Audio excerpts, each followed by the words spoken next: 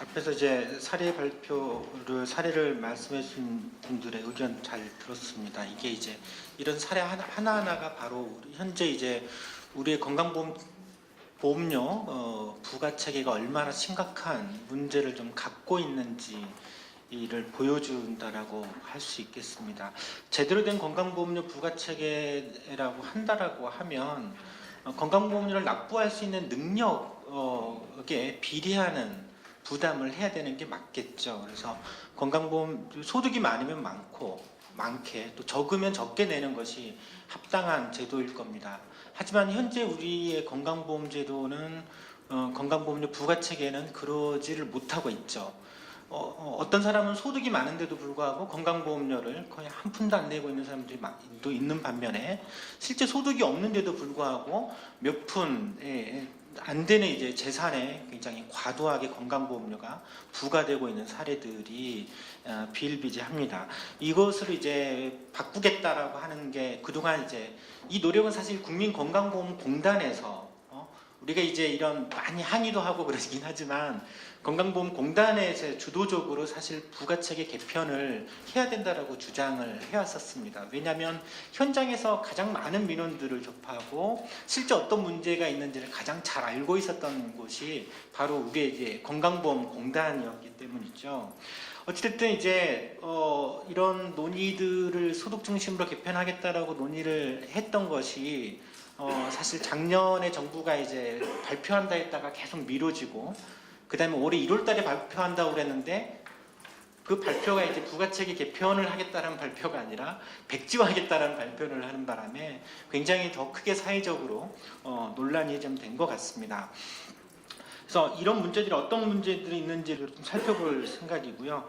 또 물론 이제 또 이 소득 중심의 건강보험료 부과 체계에 대해서는 여러 논란이 사실은 있긴 있습니다. 이제 이쪽 그 진보적인 시민사회단체 내에서도 약간의 이견이 좀 있는 측면들도 있고 그래서 이런 문제들이 어디에서 발생되는 건지 합리적인 해결 방향은 어떤 것인지 왜 소득 중심의 부가체계 방안이 필요한 것인지에 대해서 제가 설명을 좀 하겠습니다. 2페이지 보시면 현행 건강보험 부가체계가 복잡하게 되어 있는 것은 지금은 좀 많이 아실 겁니다. 예전에는 이게 너무 복잡하고 저도 이제 몇 년 전에 이거를 자세히 들여다볼 때 너무 복잡해서 참 너무 이해하기가 힘들 정도로 무슨 이런 체계가 있나 싶을 정도였었는데요. 가장 큰 문제는 그렇죠. 대표적인 사례가 한때 저기 이명박 전 대통령 사례였을 거예요. 지금은 아니지만 이명박 전 대통령이 이제 서울시장 하기 전에 2000년에서 2002년도 한 2년 동안 월 건강보험료를 한 2만 원밖에 안 냈습니다. 당시에 이제 이명박 전 대통령 같은 경우에는 강남에 이제 빌딩이 한 3개 정도 갖고 있었고 그게 이제 공시지가로만 하더라도 몇백억짜리였는데 몇백억 정도의 건물이 있으면 최소한 1년에 몇십억이 임대소득이 발생되거든요. 그런데도 불구하고 건강보험료를 단 2만 원밖에 안 낸 사례들이 있었던 거죠. 그 이유가 그런 이제 임대소득이 많았음에도 불구하고 이명박 전 대통령은 어떤 식의 편법을 썼냐면 직장으로 전환했던 겁니다. 지역으로 있으면 그런 소득이 다 건강보험료가 부과되기 때문에 또 재산에도 부과되고 그러기 때문에 몇백만 원의 건강보험료를 내야 되는 거를 직장으로 전환하면서 자기 건물 소유하고 있는 빌딩을 관리하는 회사를 만든 거죠. 그리고 자기는 거기 사장하고 월급을 받는 식으로 해가지고 한 150만 원 월급 받는 식으로 해서 건강보험료를 2만 원밖에 안 냈던 문제도 있죠. 사실 그건 아주 심한 그 사례이긴 하지만 이런 사례들이 지금 비일비재하다라는 겁니다. 그러니까 직장 가입자들 중에서도 근로소득이 주가인 경우가 있고요. 근로 외소득이 사실 소득의 주된 경우가 있습니다. 근데 근로소득, 외소득이 더 많다라고 하면 이분들은 어찌됐든 작은 이렇게 직장 가입으로 편입하는 것이 현행 건강보험 체계에서는 건강보험료를 아주 적게 내는 셈인 거죠. 그래서 지금 직장 가입자 중에서는 대략 한 15% 정도가 근로 외소득, 임금소득 외에 다른 이제 임대소득, 사업소득, 금융소득, 기타 소득 같은 소득을 좀 갖고 있죠. 근데 대부분의 경우에는 이런 소득에 대해서는 현재 건강보험료가 부과되지 않고 있는 문제들이 있습니다. 또 하나는 이제 피부양자 문제도 있습니다. 이제 자식이 이제 그 직장 가입자면 피부양자로 자기가 소득이 있더라도 피부양자로 등록할 수 있는 기준이 있습니다. 물론 이제 소득이 굉장히 많으면 지역가입자로 전환이 되긴 하겠지만 대표적으로 금융소득이 4천만 원 이하라고 한다라고 하면 피부양자 지위를 유지할 수가 있는 거죠. 금융소득이 4천만 원 정도라고 한다라고 하면 이거는 이제 주로 이자소득이나 배당소득을 얘기를 하는데 금융자산으로 그러면 거의 한 15억 이상의 현금 자산을 가지고 있고 그걸로 인해서 이자라든지 배당소득이 발생되는 거거든요. 어마어마하게 많은 자산가입니다. 그런데도 불구하고 지금 피부양자로 무임승차하고 있는 사례들이 많고요. 이런 경우가 대략 상위 현재 직장 피부양자 중에서 한 12% 정도가 소득을 가지고 있고 그런데도 불구하고 이들은 건강보험료를 현재 부과하고 있지는 않습니다. 지역가입자의 문제는 앞에서 사례를 말씀하셨기 때문에 심각한 넘어갈 거고요. 그 다음에 이제 구체적으로는 어떻게 문제가 있는지는 다시 말씀을 드리겠고요. 4페이지 보시면 저는 가장 심각한 문제는 이 직역 간의 이동 불평등이다라고 생각을 합니다. 지금 이제 직장 가입하고 있다라고 하더라도 직장의 안정성이 별로 없어요. 몇 년 지나면 또 직장을 바꾸기도 하고 이런 경우가 굉장히 비일비재하고 있습니다. 또 하나는 직장 가입자로 있다라고 하더라도 언제까지 직장 가입자는 아니거든요. 조만간에 이게 퇴직을 할 수밖에 없겠죠. 정년이 되면 퇴직을 하게 됩니다. 퇴직을 하게 되면 어떤 문제가 발생되냐면 지역 가입자로 유지할 수도 있고 아니면 직장 가입자를 유지할 수도 있고 지역 가입자로 넘어갈 수도 있습니다. 만일에 퇴직을 했는데 퇴직 후에 자식이 직장 가입자로 들어가 있으면 거기에 피부양자로 올라갈 수 있겠죠. 퇴직 후에도 뭐 연금소득이나 이런 거 있다라고 하면 그 소득에 대해서는 건강보험료를 부과하지 않습니다. 근데 문제는 자식이 실업자거나 취직을 못하고 있다라고 하면 퇴직을 하는 순간 이제 지역가입자로 넘어가게 됩니다. 지역가입자로 넘어가게 되면 실제 소득은 기껏 이제 국민연금이나 이런 소득 얼마 안 되는 소득밖에 없음에도 불구하고 건강보험료는 대폭 인상이 됩니다. 왜냐하면 재산이나 자동차에 소득에 재산과 자동차에 새롭게 건강보험료가 부과되기 때문에 발생되는 문제인 거죠. 그래서 이거는 특정 지역가입자 건강보험료 부과체계 문제는 특정 지역가입자의 문제도 아니고 직장가입자의 문제도 아닙니다. 우리 전 국민의 문제라고 볼 수 있습니다. 언젠가는 지역가입자로 될 수밖에 없기 때문에 그렇다라는 거고요. 이런 불평등한 문제들을 개선을 하려고 하면 어떤 방식으로 어떤 기준에 의해서 부과하는 것이 맞느냐라는 거죠. 그리고 이제 지역가입자의 문제, 특히 이제 건강보험료 부과체계에서는 사실은 지역가입자 문제가 어떻게 보면 핵심인 측면들이 있습니다. 왜냐하면 직장가입자 중에서 일부 고소득자들은 소득이 있어도 건강보험료를 안 내고 무임승차하고 있지만 지역가입자들은 소득이 없는데도 불구하고 건강보험료를 너무 과다하게 부과하고 있습니다. 여기에서 굉장히 많은 민원들이 사실은 발생되고 있는 건데요. 사실 그동안 여기 앞에서 이제 재산과 자동차에 부과하는 문제에 대해서 많이 지금 문제가 되고 있지만 사실은 이게 애초에 설계할 때는요, 재산하고 자동차에 부과하는 방식이 합리적이었습니다. 왜냐하면 전국민 의료보험을 시작한 게 1989년도시잖아요. 어르신분들 기억하실 거예요. 지역가입자로 계신 분들은 89년도에 이제 농어촌 의료보험까지 다 포괄이 되면서 전국민 의료보험제도를 출범을 했는데 그때 당시에는 소득 파악이 안 됐어요. 진짜 지역에 소득이 많은 사람도 있는데도 불구하고 소득 파악이 안 됐기 때문에 그러면 저 사람의 소득을 어떻게 추정을 할 것인가 라고 했을 때 재산과 자동차였던 거죠. 그러니까 재산이 좀 많다라는 얘기는 뭐냐면 그동안 소득이 있기 때문에 재산을 많이 형성했겠구나라고 생각을 했었던 거고요. 또 자동차가 있으면 89년도에 자동차가 얼마나 보급됐습니까? 거의 보급이 안 됐었거든요. 고급차를 갖고 있으면 당연히 소득이 있으니까 그렇겠구나 하면서 그 기준으로 부과를 했던 거죠. 근데 지금은 한 20년 가까이 흘러온 다음 20-30년이 지난 시점에서는 시대가 완전히 변했죠. 자동차는 지금 생활 필수품으로 생계 유지 수단이기도 하고요. 필수품으로 변화됐습니다. 또 지역가입자 같은 경우는 그동안 소득 파악이 안 됐던 고소득 자영업자들은 계속 소득 파악이 다 됐습니다. 그리고 이 소득 파악이 된 고소득 자영업자들이 지금은 지역에 남아있지 않습니다. 직장가입자로 편입됐죠. 대표적으로 우리가 지역가입자의 고소득 자영업자라고 하면 빌딩을 갖고 있거나 굉장히 고급 음식점을 가지고 있거나 의사, 변호사, 약사와 같은 고소득 전문직이거나 이런 분들을 보통 우리가 고소득 자영업자라고 그동안 불러왔는데 이분들은 지금 현재는 더 이상 지역가입자가 아닙니다. 직장가입자로 다 편입됐습니다. 왜냐하면 한 1인 이상 고용을 하고 있는 사업장이라고 하면 자영업자라고 하더라도 전부 직장으로 전환이 된 거죠. 그러다 보니까 이제 지금은 지역가입자가 예전에는 전 국민의 절반이 지역가입자였지만 지금은 30%로 축소됐습니다. 그러니까 지역가입자 중에서 소득이 있는 사람들은 다 대거 직장가입자로 편입이 됐고 지금은 지역가입자는 대부분 서민들로만 남아 있습니다.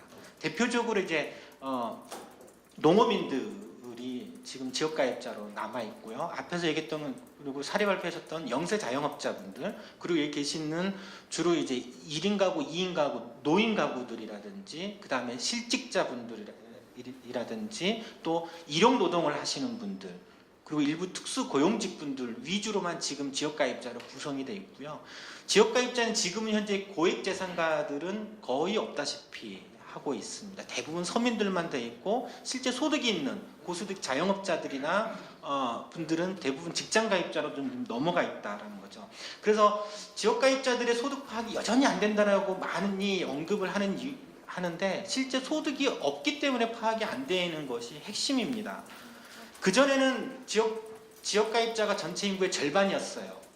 절반이 지역가입자였지만 지금은 지역가입자가 30%밖에 안 됐습니다. 이렇게 이제 지역가입자가 대폭 줄었음에도 불구하고 여전히 소득 파악은 안 되고 있는 건데 사실은 애초에 절반이 지역가입자일 기준으로 따지면 소득 파악은 굉장히 늘어나는 거죠. 지역가입자 중에서 소득 파악이 된 사람들은 이미 다 직장으로 다 넘어갔던 문제들이 발생되고 있는 거죠. 그런데 이제 여기에 이제 과중하게 이제 재산과 자동차 기준으로 건강보험료가 부과되면서 서민들의 부담이 지역가입자의 부담이 늘어난 측면들이 있습니다. 또 이 지역가입자의 부과는 이 요소별로도 보면 굉장히 역진성이 심각합니다. 6페이지 보시면 소득이 있더라도 소득이 지역가입자 중에서도 이건 구간별로 등급별로 나눠졌을 때 소득이 많으면 많을수록 건강보험료가 적게 부담합니다. 예를 들면 연소득이 연 600만 원이라고 하면 여기에는 건강보험료가 6만 6천 원 소득 대비 한 13%를 건강보험료로 내야 되지만 5억 이상의 소득이 있다라고 하면 건강보험료는 4.9%로 절반 밑으로 떨어집니다. 아주 희한하게 좀 설계가 되어 있고요. 재산 기준도 마찬가지입니다. 지역가입자 같은 경우는 재산이 1,000만 원만 있어도 건강보험료가 10,000원이 부과됩니다. 1억의 재산이 있으면 7만 원이 넘게 건강보험료가 부과되고 있습니다. 3억이 있다라고 하면 12만 원이 부과되고 있는데요. 재산이 30억 이상이라고 하면 건강보험료는 한 26만 원으로 고정되어 있습니다. 그러니까 재산은 1,000만 원에서 30억이면 300배가 증가됨에도 불구하고 여기에 부과되는 건강보험료는 한 20배 정도밖에 차이가 안 된다는 거죠. 자동차는 더더욱 말할 수도 없고요. 이런 이제 부가 요소별로 이 역진성 자체가 아주 심각하다라는 거죠. 그래서 이제 건강보험료 부과 체계를 개편을 해야 되는데 그러면 어떤 기준으로 할 거냐라는 거죠. 그게 가장 합리적인 방안이 소득의 기준으로 하자. 직장 지역 혹은 피부양자를 따지지 말고 소득이 있으면 소득의 정률 방식으로 건강보험료를 부과하면 이게 가장 깔끔한 거 아니냐라는 거죠. 그래서 이제 이 논의들이 그동안 진행이 되어 왔었던 거였고요. 그래서 애초에 논의 자체는 다 소득 중심의 부가 체계로 논의가 되어 왔습니다. 그리고 이 안을 초기에 만든 곳은 국민건강보험공단입니다. 공단에서 이 방안을 만들어서 그 다음에 이제 기획단에서 논의를 하게 됐었던 거고요. 물론 이제 초기에 건강보험공단에서 이제 이 소득 중심의 부가체계 개편할 때는 약간 논란이 있었습니다. 왜냐하면 소득에 부과하는데 할 뿐만 아니라 또 이렇게 이제 소비세에도 그러니까 우리가 얘기하는 부가가치세에도 건강보험료를 일부 이제 부과하는 방안들이 논의됐었기 때문에 사실은 좀 일부 좀 비판을 받았었지만 이후에 이제 건강보험공단에서는 다시 이제 이 건강보험료 부가체계 개편안을 3가지로 다시 만듭니다. 초반에는 이제 소득하고 소비 기준으로 만들었다가 그 다음에 소득 중심하고 두 번째는 소득으로만 단일화시키는 방식, 세 번째는 소득을 중심으로 하되 일부 최저보험료 소득이 없는 무자료 세대들이 있기 때문에 여기에는 최저 보험료 방식으로 하는 세 가지 방안을 건강보험공단에서는 추진을 했었던 거고요. 그게 이제 10페이지에 제가 정리를 해놨습니다. 자세히 여기에 대해서는 뭐 언급은 하지는 않겠습니다. 11페이지 보면 이제 건강보험공단에서 굉장히 많은 자료들이 나왔더라고요. 저도 이제 많이 배웠습니다. 그 자료 보고. 11페이지 보면 현재 이제 소득이 여러 가지 종류의 소득이 있는데 거기에 이제 건강보험료가 어떻게 부과되고 있는지가 나와 있습니다. 11페이지에 이제 소득자료와 건강보험료 부가소득이라는 자료 보면 지금은 건강보험료는 주로 이제 근로소득에 주로 부과되고 있죠. 이게 이제 유리지갑이라고 하는 평범한 직장 가입자들은 정말 이건 빼도 박도 못하죠. 원천징수 건강보험료가 되고 있기 때문에 아주 정말 성실한, 정말 정직하고 성실한 납부자이죠. 하지만 이제 근로 외소득에 대해서는 지금 건강보험료가 제대로 부과되고 있지 못하고 있습니다. 대표적으로 금융소득 같은 경우에는 다세대산 소득에 무려 겨우 한 3% 정도에만 부과되고 있는 문제들이 있는 거고요. 더더군다나 퇴직 양도 소득, 상속 증여소득 같은 소득에는 전혀 건강보험료가 부과되고 있지 않습니다. 그래서 이제 건강보험공단에서는 이걸 바탕으로 해서 세 가지 방안을 만든 거죠. 소득하고 소비기준 방안, 그다음에 소득 방안, 소득 플러스 기본보험료 방안의 세 가지 방안을 만들었고요. 그 세 가지 방안을 제가 자료집에 넣어놨습니다. 그래서 18페이지 보시면 애초에 건강보험공단에서 만들었던 부가체계 세 가지 개편안을 평가를 하면 저는 이거 보고 깜짝 놀랐습니다. 야, 이런 방안이 있구나라는 건데 건강보험공단에서 우선적으로 소득 기준에 대해서는 모든 소득의 건강보험료를 부과하자라는 거였습니다. 그리고 지역가입자의 재산 기준, 성연령 기준, 그 다음에 자동차 기준을 폐지하고 소득으로만 단일하게 부과하자라는 방식이었던 거죠. 그리고 또 하나는 지금 이제 전국민 건강보험이라고 하지만 사실은 의료급여 같은 경우에는 사실 국민기초생활보장법으로 인해서 의료 수급권자, 의료급여 수급자가 이제 따로 이제 관리가 되고 있는데 요거를 이제 통합하는, 그래서 모든 국민에게 모든 소득을 기준으로 부과하자라고 하는 방안으로 사실 굉장히 획기적인 방안이었고, 이거 보고 저도 놀랐었는데 직장가입자 같은 경우는 건강보험료 부담이 오히려 줍니다. 2012년 기준으로 5.8%의 건강보험료를 직장가입자는 내고 있고 그 중에 반은 사업주가 부담을 하고 있지 않습니까? 근데 이제 소득 중심으로 가게 되면 직장가입자의 건강보험료가 오히려 줄어드는 거예요. 5.8%에서 5.5%로 줄 수가 있는 방안이더라고요. 그건 뭐냐면 기존에 이제 건강보험료가 부과되지 않은 소득에 추가적으로 건강보험료를 부과를 하게 되면 여기서 추가적으로 확보된 재원이 굉장히 많은 겁니다. 그것 때문에 기존에 이제 유리지갑에 성실하게 건강보험료를 납부해왔던 직장가입자들 같은 경우에는 오히려 건강보험료를 줄일 수 있는 방안이었던 거죠. 굉장히 좀 놀라웠습니다. 그만큼 현재 건강보험료가 부과되지 않는 소득이 굉장히 많다라는 것을 의미를 좀 하고요. 어쨌든 정부가 건강보험공단에서는 소득 중심으로 가자라고 하는 내용들을 정부에게 제안을 했고, 그래서 보건복지부가 이제 건강보험료 부과체계 개선 기획단이라고 하는 단위를 꾸려가지고 사회적인 논의기구를 꾸려서 한 1년 반 정도의 논의를 했습니다. 그리고 그 결과 이제 올해 1월 달에 발표하려다가 사실 백주화되고도 못했었던 건데, 근데 이제 문제는 정부가 내온 기획단에서 나왔던 논의의 방안 자체는 사실 애초에 소득 중심의 부가체계 개편에서는 상당히 후퇴된 방식이라는 겁니다.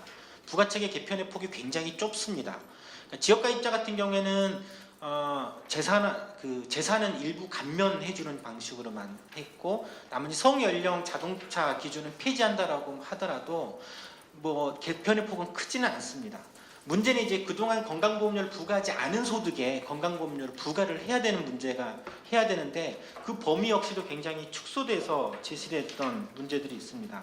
기획단에서 논의에서는 총 7가지 방안을 그래서 제시했는데 7가지 예시안이 사실은 다 심각하게 문제가 있습니다. 소득 중심으로 간다라고 하면 사실 모든 소득에 부과해야 되는 것이 맞겠죠. 여기서 모든 소득이라고 하면 종합소득뿐만이 아니라 양도 퇴직, 그 다음에 상속 증여소득까지 부과해야 되는데 기획단에서 논의했던 거는 주로는 종합과세소득으로만 한정하고 있습니다. 종합과세소득이라고 하는 거는 종합소득의 항목하고 좀 다른 건데요. 그러니까 종합과세소득이라고 하게 되면 이 종합소득 중에서도 분리 과세되는 소득은 배제되는 겁니다. 예를 들어서 임대소득이 2천만 원 이하는 지금 분리과세되고 있고요. 금융소득도 2천만 원 이하에 대해서는 분리과세되고 있기 때문에 그 소득은 종합과세소득에 포함이 되지 않습니다. 그건 다 배제되고 있다는 거죠. 그리고 이제 종합과세소득으로만 한정했고 그 기준 역시도 이제 2천만 원 이상의 안을 제시를 하다 보니까 이 재정 중립이 발생이 안 됩니다. 그러니까 추가적으로 건강보험을 확보해야 될 비용 자체가 금액 자체가 굉장히 축소되어 있는 거죠. 그래서 20페이지 보시면 7가지 예시 방안 중에서 보면 이제 각각 항목이 1번부터 4번 예시안을 보면 만일에 종합과세소득 4천만 원 이상으로 할 경우에는 추가적으로 확보되는 건강보험 재정이 2,500억밖에 안 됩니다. 얼마 되지도 않는 거죠. 이걸 336만 원으로 낮추더라도 1조 5천억 정도밖에 안 됩니다. 근데 옆에 보시면 지역가입자 같은 경우에는 기획단의 안에서는 성연령 자동차는 폐지하고 재산 기준은 1,100만 원까지는 공제해 주는 방식으로 했을 때 약 2조 원이 경감이 됩니다. 현재 지역가입자들의 건강보험료가 총 대략 한 8조 가까이 되는데 한 2조 정도만 경감이 되는 방식으로 했는데 2조 경감이 됐다라고 하면 재정 중립의 원칙상 2조 원이 추가적으로 확보가 돼야 되는데 지금 정부의 안에서 나와 있는 기획단에서 나와 있는 방안으로는 재정 중립이 안 됩니다. 이런 문제들이 좀 발생이 되고 있죠. 그리고 이제 기획단 안에서 이제 6번 특히 이제 7번 같은 6번하고 7번 같은 경우에는 7번을 이제 이상적인 모든 소득에 부과했을 때 이상적인 방안의 부과 체계로 이제 제시한 거에서만 어느 정도 재정 중립이 효과가 발생이 됩니다. 이때는 이제 재정이 이제 한 3조 2천억 정도가 확보되고 지역가입자 같은 경우는 재산 기준을 3억 기준으로 하게 되면 여기서 이제 3억 정도가 감면이 되고 이렇게 되면 재정 중립 효과가 나타나는 거죠. 그러니까 애초에 정부는 이제 부가체계 개편안을 사실 대폭 후퇴시켰습니다. 분리과세소득은 제외시켰고 종합과세소득 곧 한 2천만 원 정도로만 상정을 하고 있기 때문에 실제 이걸로 인해서는 재정 중립의 이 부가체계 개편안이 성립이 안 되는 문제가 좀 발생이 되고 있습니다. 그래서 기획단의 안을 종합해서 살펴보면 일단 소득 범위를 종합과세소득으로 한정하는 건 심각하게 문제가 있습니다. 종합과세소득 중에 대표적으로 이제 분리과세소득이 배제되는 문제가 있는 거죠. 그러니까 금융소득이 2천만 원 이하는 배제가 되고 있고 임대소득도 2천만 원 이하 분리과세소득은 제외되고 있는 문제들이 발생되고 있습니다. 또 종합과세소득의 기준 문제도 여기 뭐 시뮬레이션에서는 4천만 원, 2천만 원, 1천만 원, 336만 원 기준을 하고 있지만 이 역시도 심각하게 문제가 있습니다. 종합과세소득으로 하는 속에서 기준을 낮춘들 형평성 문제는 또다시 발생되고 있는 거죠. 예를 들어서 종합과세소득 기준을 336만 원으로 낮춘다라고 하더라도 대표적으로 금융소득이 2천만 원 이하인 분리과세소득자는 건강보험료를 한 푼도 안 냅니다. 하지만 종합과세소득으로 336만 원 조금 초과가 되면 건강보험료를 부과하게 되는 거죠. 이런 이제 불평등 문제가 여전히 남게 되고 있다는 거고요. 정부에서 기획단과 정부 안에서는 퇴직, 양도, 상속, 증여소득은 또 배제하고 있지만 이들 소득은 뭐 일회성 소득 내지는 재산 성격이 강하다라고 얘기를 하고 있지만 사실 상속 증여소득이야말로 정말 우리 사회에서 최고의 부자들만이 낼 수 있는 소득입니다. 내가 상속 증여소득을 낼 수 있다라고 하면 사실 이거는 자랑해야 되는 겁니다. 그만큼 소득이 많다라는 것을 의미를 하거든요. 그리고 어쨌든 양도소득이라고 하더라도 이거는 재산 가치가 상승함으로써 발생되는 소득이죠. 또 상속 증여소득은 부모의 재산을 그냥 단순하게 이제 무상으로 이전받으면서 발생되는 소득이기 때문에 당연히 건강보험료가 부과돼야 되는 문제들이 있습니다.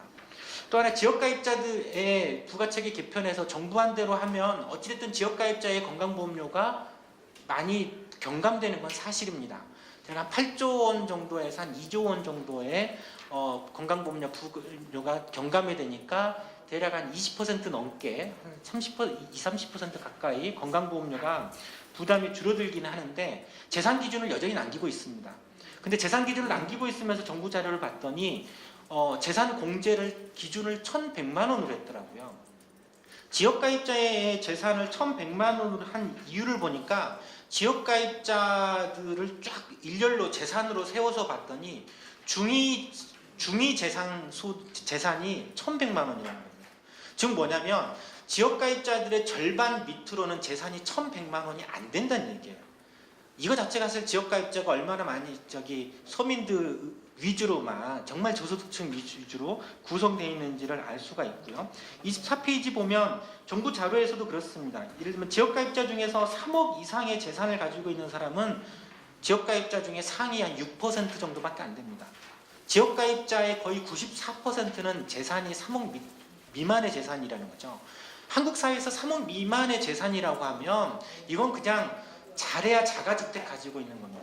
이 자가주택으로는 재산으로부터 소득이 발생되지는 않습니다. 임대소득이 발생되려고 하면 적어도 다른 건물을 갖고 있거나 자기 주택 이외의 건물을 갖고 있거나 자기가 살고 있는 주택 이외의 주택을 적어도 한 채 이상은 더 소유하고 있어야 되거든요. 그렇게 되면 일반적으로 한국 사회에서는 재산이 3억 이상은 넘어갈 수밖에 없습니다. 근데 그 비중이 지역가입자 전체의 기껏 6% 정도밖에 안 된다는 것이 현재 지역가입자의 상황 자체를 고스란히 보여준다는 거고요. 또 문제는 지역가입자의 재산 기준을 남기게 되면 지금도 지역가입자의 건강보험료는 재산 기준으로 부과하고 있습니다. 지역가입자가 부담하는 재산 건강보험료의 절반 가까이인 47%가 재산 때문에 건강보험료를 내고 있는데 정부 안에 의해서 하더라도 이 재산 기준을 1,100만 원 정도로만 공제하게 되면 지역가입자의 재산 기준이 오히려 지역가입자가 부담하는 전체 건강보험료에서 재산 기준이 오히려 올라가게 됩니다. 50%로 더 올라가게 되는 이런 문제들이 발생이 되고 있죠. 그리고 이제 최저보험료는 여전히 이제 사실 저 역시도 좀 문제라고 보는데요. 지역가입자 중에서 지금 대략 한 절반 가까이가 사실 소득이 파악이 안 되고 있습니다. 그래서 소득이 파악이 안 되는 가구에 대해서는 최저보험료를 좀 부과하는 문제가 최저보험료를 좀 부과하겠다라고 하는데 그러면 일부 소득자가 일부 계층 같은 경우는 지역가입자 중에서도 정말 하위 한 15% 정도에서는 오히려 건강보험료가 인상되는 문제가 있습니다. 물론 이거에 대해서는 기획단이나 정부에서도 충분히 인정을 하고 있고 그래서 건강보험료가 올라가지 않도록 하겠다라고 하고 있지만 사실 건강보험료를 올리지 않는 걸로도 좀 부족하다라고 봐요. 이분들은 정말 사실 빈곤계층이고 이분들은 사실 국민기초생활보장법의 대상자로 들어가야 되는 것이 맞죠. 근데 이제 당장 이게 확대가 어려운 조건에서 이 지역가입자 하위 15%에서 20% 정도에 대해서는 지금보다도 건강보험료는 더 경감시켜 줘야 된다라고 생각을 합니다. 제가 좀 계산을 해봤더니 지역가입자의 하위 20% 가구가 부담하는 건강보험료 총보험료는 1,700억 정도밖에 안 되더라고요. 이거는 전체 현재 건강보험 재정이 한 40조 정도의 규모이기 때문에 그 중에서 극히 일부 정도에 해당이 되기 때문에 이거는 경감을 하더라도 사실 크게 문제되지는 않을 거라고 좀 생각을 합니다. 그래서 총괄적으로 보면 어쨌든 건강보험료 부가체계 개편은 애초에 건강보험공단이 제시한 소득 중심의 부가체계가 좀 맞다라고 봅니다. 정부 방안은 이것으로부터 되게 굉장히 후퇴되어 있는 방안이죠. 물론 정부 방안으로도 지역가입자의 건강보험료 부담은 적지 않게 경감되는 것은 맞습니다. 하지만 이걸로는 부족하고 여전히 그렇다고 하더라도 정부안대로 하게 되면 지역가입자 같은 경우에는 여전히 건강보험료의 절반을 재산으로 소득이 없는데도 불구하고 재산 기준으로 납부해야 되는 문제가 남고 그러기 때문에 여전히 불공평한 거는 지속되고 있고 특히 이제 직역 간의 이동, 직장에서 이제 나중에 퇴직을 했을 때는 지역가입자로 가게 되면 건강보험료가 대폭 상승하는 상황은 여전히 전혀 개선이 안 되고 있는 문제가 지속이 되고 있다라는 거죠. 또 이제 정부의 방안으로는 건강보험료 새롭게 부과하는 소득 범위도 굉장히 제한적으로 두고 있기 때문에 여전히 광범위한 무임승차, 소득이 있음에도 불구하고 건강보험료를 안 내는 무임승차가 양산되고 있는 문제들이 발생되고 있다라는 겁니다. 그래서 저는 이제 원칙적으로 애초에 건강보험공단이 제시한 전면적으로 소득 중심으로 가는 것이 맞다라고 생각을 합니다. 그래서 직장 가입자든 지역 가입자 혹은 피부양자라고 하는 이런 인위적으로 불공평한 이런 잣대를 들이댈 것이 아니라 모든 국민이 소득이 있으면 그 소득의 건강보험료를 부과하는 것이 가장 깔끔한 방식이겠죠. 소득이 없으면 그 없는 대로 건강보험료를 면제해줘야 될 거고, 적으면 적은 만큼, 많으면 많은 만큼 건강보험료를 부과하는 것이 가장 형평한 방식이 아니겠냐라는 생각이 좀 들고요. 우리 이 부가체계 개편을 공평하게 만드는 것을 토대로 해서 사실 현재 우리 건강보험은 보장률이 앞에서 얘기했지만 60% 정도밖에 안 됩니다. 이건 거의 건강보험료 사회보장제도라고 보기에도 사실 나쁘그렇습니다. 어떻게 보면 이건 진료비 할인제도 정도밖에 안 되는 건강보험이거든요. 큰 병 걸리면 병원비에 건강보험이 해주는 건 한 절반 정도밖에 안 되는 겁니다. 그러려고 하면 건강보험 보장을 확대해야 되고 그러면 재원을 확충해야 되는데 실제 이렇게 불공평한 부가체계를 유지하는 한에서는 사실 건강보험을 강화시키기가 쉽지 않습니다. 우리가 이제 증세 문제라든지 사실 사회복지를 확대하려고 하면 당연히 세금을 더 내야 되는 것이 맞는 거죠. 근데 문제는 공평해야 된다는 거죠. 세금 자체가 공평하다고 하면 세금을 더 내서 복지를 확대하는 거에 대해서 누가 반대하겠습니까? 그게 오히려 국민에게 훨씬 혜택으로 돌아오는데요. 근데 이제 누구는 소득이 있는데도 불구하고 세금이 안 내는데 누구는 유리지갑이라고 해서 소득에서 세금을 내고 있고, 이런 문제들이 불공평한 문제들 때문에 사실 많은 분들이 증서에 대한 부담을 좀 갖고 있는 거죠. 건강보험 역시도 또 저는 똑같다라고 생각을 하고요.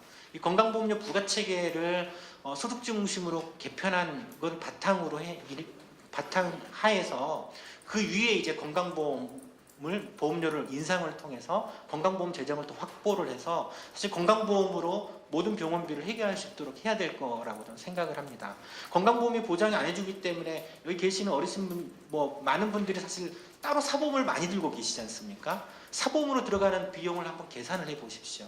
사실 건강보험으로 다 병원비 해결할 수 있다고 하면 사보험 필요 대부분 몇십만 원씩 지출하는 분들이 많은데 사보험 지출은 필요하지 않거든요.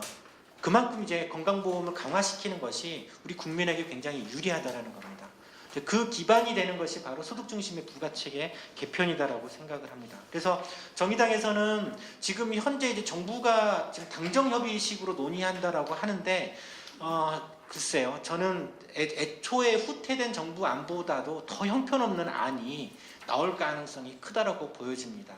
여론이 좀 잠잠해지면 이거조차도 제대로 안 될 가능성이 좀 크다라고 보여지고, 그래서 정의당은 이 건강보험료 부가체계를 제대로 좀 하자라고 하는 의미에서 국민건강보험법 제정을 지금 준비를 하고 있습니다. 그래서 건강보험료 부가체계를 소득 중심으로 가자라고 하는 내용을 발의를 좀 하면서 다시 이제 건강보험료 부가체계가 온전하게 제대로 소득 중심으로 될 수 있도록 노력하고 있습니다.